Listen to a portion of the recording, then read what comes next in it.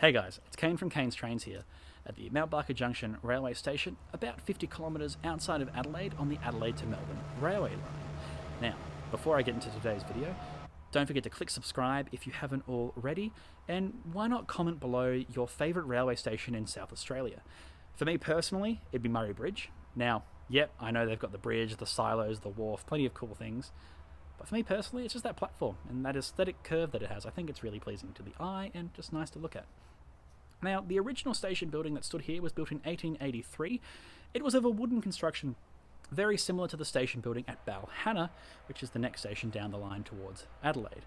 At that time, the Adelaide to Nan railway was under construction, and the Victor Harbor to Adelaide via Mount Barker Junction, of course, railway line was nearing completion to here. Once that junction had been formed and traffic had started to flow, I guess the railway men in charge were very excited, hoping their pockets would be full, so that an island platform was built in 1886 to accommodate for that extra traffic and, I guess, hopes and dreams. By 1943, the line had proved pretty successful, which is probably in part due to the heavy construction of the rails used, meaning that any train on their network could run, the heavy 500B steam locos, right down to, of course, the little RXs, and of course the 700s, we can't forget about those. Now, at that time, an engine shed was built, and there was also a turntable and some buildings scattered around. And at that time, this new combined station and signal cabin was built, basically replacing the old wooden one. Now, if you fast forward through time to 1974, traffic had been dwindling on that line for a while, especially passenger traffic, mostly in part due to buses and cars, I guess, taking the quicker route for passengers from Adelaide to Victor Harbor. Yes, it's a popular destination and train rides are always fun, but the car saves time. It's a controversial fact, but it's a fact. I'm a train nerd myself, so it hurts me to say it too. So at that time, CTC was introduced, and this station became unmanned and basically closed. And by 1984, due to more dwindling numbers, the Victor Harbor line became closed to passengers itself. Despite the line closing to passenger traffic in 1984, there was still traffic going on here. Some freight, but also plenty of passenger traffic by the Australian Railway Historical Society South Australia Division. These ran out of Adelaide and were usually steam-hauled, and definitely excited a lot of people. Especially when they had special runs when the F-Class was restored, but I guess the crowd pleaser 520 was the mainstay of what really brought people on these trains. Now, that was all fun and games, but unfortunately, at a certain point in time, this had to end. And that came about when the Adelaide to Melbourne main line was set to be standardised. This was in the mid-90s. Now, at that point in time, the line from Adelaide to Melbourne was broad gauge. The line from here to Victor Harbor, broad gauge. A train could, if it wanted to, come from Melbourne on the broad gauge to here and go to Victor Harbor. In fact, R classes and I think N classes had done that before. But what instead happened was that line was standardised to Melbourne and the Victor Harbor line was forgotten, much like the Mount Gambier line. Now, this is probably due to the lack of economic viability at the time, so, all is forgiven, especially when you consider what that meant.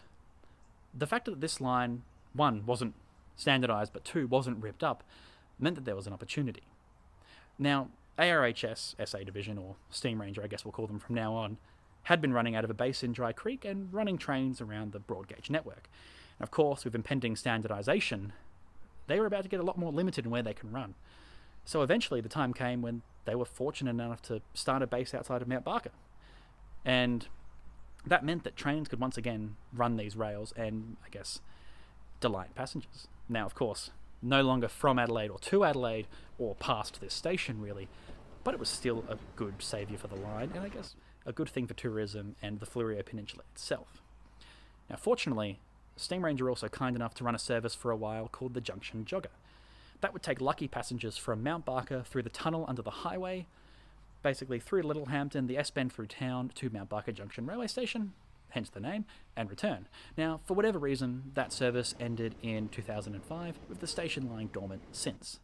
Now, of course, a dormant station should potentially look a little bit better than this, so I guess since then it's mostly been visited by vagrants, train nerds, curious people, and of course the many freight and passenger trains that pass daily. That's not the entire future for this station. Luckily enough, a company from Spain has, I guess, given a promise to run a trial train from Adelaide to Mount Barker through the hills. Now, you may wonder, how? Everyone said it's too expensive, it can't be done. They have a plan of using a train that's gauge interchangeable. Basically, on the fly, it can change from broad gauge to standard gauge and then back if it so chose to. Meaning it could leave from Adelaide railway station on the broad gauge, get to Belair, transition to standard gauge, get to here and transition to broad gauge for the run to Mount Barker. And I guess if this proves successful, I guess there's hopes that a proper train could be established from Adelaide to Mount Barker and maybe more places. Looking at you, Anguston. But what does this mean for Steam Ranger? Well, the future's unwritten. I imagine there's already a plan. But I'd like to see, personally, a Castlemaine kind of situation where you've got the Victorian Goldfields Railway or Steam Ranger, in this case, on one side, and the rail network that runs around the state on the other. That way, there's not really an interference with another, and passengers still get that delightful tourism, and history keeps on being saved and keeps going, especially, with 520 about to run again, hopefully in the next 5 to 10 years, I assume. But yeah, that's basically Mount Barker Junction Railway Station. That's basically today's video. If you enjoyed, please click like, and don't forget to comment below your favourite railway station in South Australia.